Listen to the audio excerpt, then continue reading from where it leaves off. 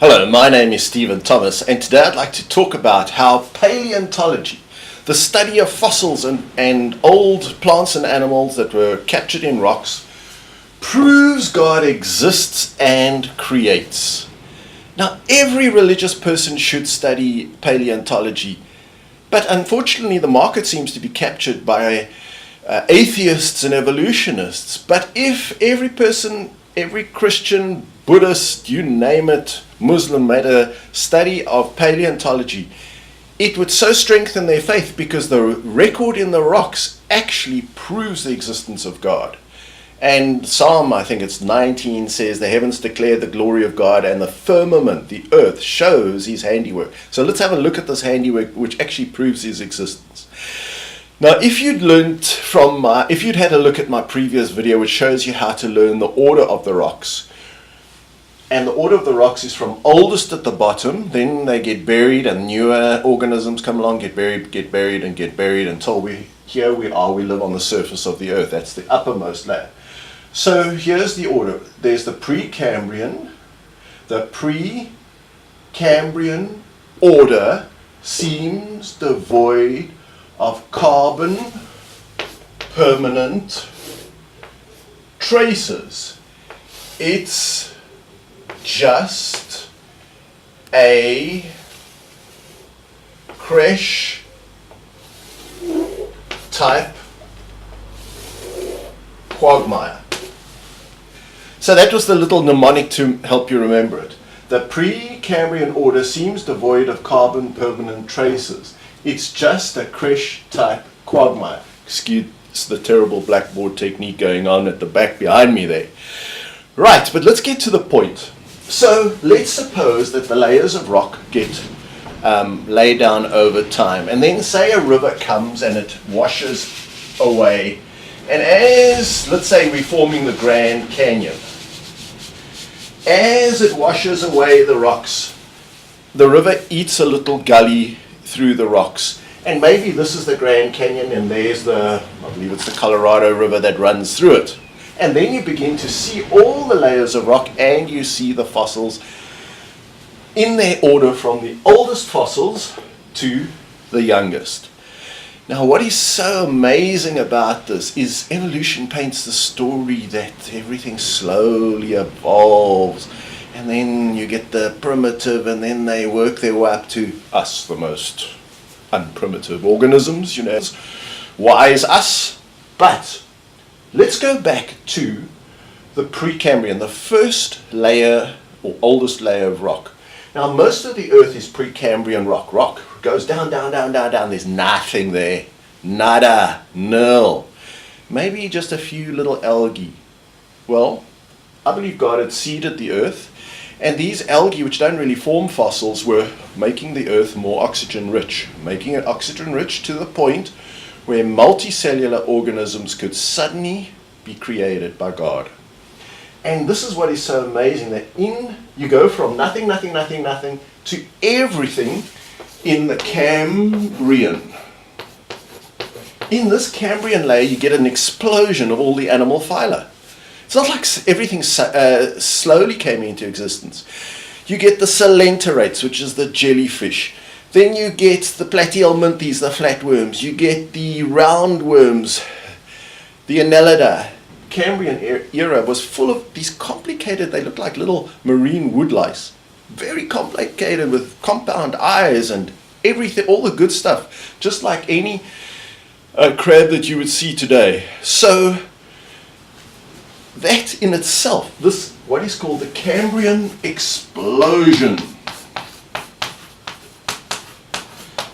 They call it adaptive radiation of species in the atheist evolutionists' terminology. But what it is, there is a creation event that occurred in the Cambrian explosion, so that we went from virtually nothing to everything in a sudden transition of rocks. It means that these things came suddenly into existence. Now, we do get just a few organisms that seem multicellular here in this layer at the top of the Precambrian organisms. They look like leaves. They look like little quilts with, like if you take a leaf, that's got parallel veins. That's what they look like. People aren't sure if they're animals or they're plants. They look like a failed experiment. But then onto the scene, in the Cambrian explosion, bursts all forms, all the patterns of life that are going to exist all the way to the present. So we get throughout these different layers, we get a mass extinction, mass extinction, mass extinction, mass extinction, or minor extinction, but after each extinction comes in a creation event, new organisms. We get the mammals explode in a mammal explosion during the Eocene. All the mammals that you look around you and you see the dogs and the aardvarks and the pigs and the camels and the llamas and the tigers and the leopards and the baboons, all of those animals, and they just look around you, all those animals don't seem to have a background. They just appear. Now, the evolutionists and the atheists are going to befuddle you. They're going to say, yes, but this little one seemed to come just before this one. Doesn't it look like this one? Doesn't it look like this hyrax could develop into that elephant or horse? No, it doesn't, but yes, they say it did. So, and you're going to say, well, who am I to know? What do I know? But the main thing is you cannot get confused. If you just do the most basic study of paleontology, to look at the way you get the explosion in the Cambrian of all the phyla of animals, and virtually all, even including later on some chordates, which means those ones that have got the basic nerve running down the back and a head in the front. So we get the Cambrian explosion, we get the mammal explosion. Now they will say to you that during the Triassic and Jurassic and Cretaceous, which is we call the age of the dinosaurs, they will say the dinosaurs came along a little bit slowly. But that's because they are making a connection that the therapsids, which were mammal-like reptiles that lived here in the Permian, they're saying, well, those evolved into dinosaurs. But it could be that the dinosaurs also just exploded on the scene, and then they dominated Earth's history for a huge length of time. It was almost like God was going on a amazing mission to demonstrate his greatness, to see what's the biggest animal he can create. And you had these ecosystems with these Tyrannosaurus rexes eating Triceratopses, huge things, which, I mean, these massive, they would have just gobbled up an elephant. And then these, unfortunately, religion has not pulled its weight. You know, if we lived back in Galileo's time or Copernicus's time, we could be excused for believing that the earth is flat and that the sun goes around the earth. But we're living in the 21st century. So we have to update our science as religious people. And we have to look at the Bible, and it's actually the religious people, the Christians, who are at fault, I say, in not embracing paleontology. In fact, being totally scared of it, that they, you know, it's like seeing a spider, they just want to run away when they see it. No. They think that the Bible is saying that the earth is only 6,000 years old, when all the science is saying, if you look back in a telescope and you look back and back and back and back, you see stars where the light took 13 billion years to reach Earth. So the universe is ancient, but the Earth only cooled about 4.8 billion years ago, and then life only really got started in all its glory about 540 million years ago. So for most of Earth's history, that's the Precambrian, there was nothing there. There was no life. The Earth was cooling, getting ready, getting more oxygen, getting less carbon dioxide, getting less warm. So today we're living at the most the most oxygen-rich, a very low carbon dioxide level, and also a very cold part if you look at the history of Earth's temperature. So we're living in conditions that are conducive for mammals, really. But unfortunately, people read the Bible, and especially Genesis 1, and then they work out the genealogies in Genesis 2, and they think that the Bible is saying that the earth is only 6,000 years old. No. After a mass extinction. God begins the story of man. He creates man 6,000 years ago with the creation of Adam and Eve. But that is the latest era in Earth's history. It's only the latest of the plants and animals. And then God has another mass extinction in the Noah flood. And when Christ returns, there's going to be another mass extinction. And then after the millennium, there's going to be another mass extinction when God is going to burn up everything. So mass extinctions are part of God's plan. And the Bible doesn't have to tell you about the dinosaurs and all the past stages of life. It's of no concern to God as far as the salvation of man is concerned. Science has got to look into the rocks.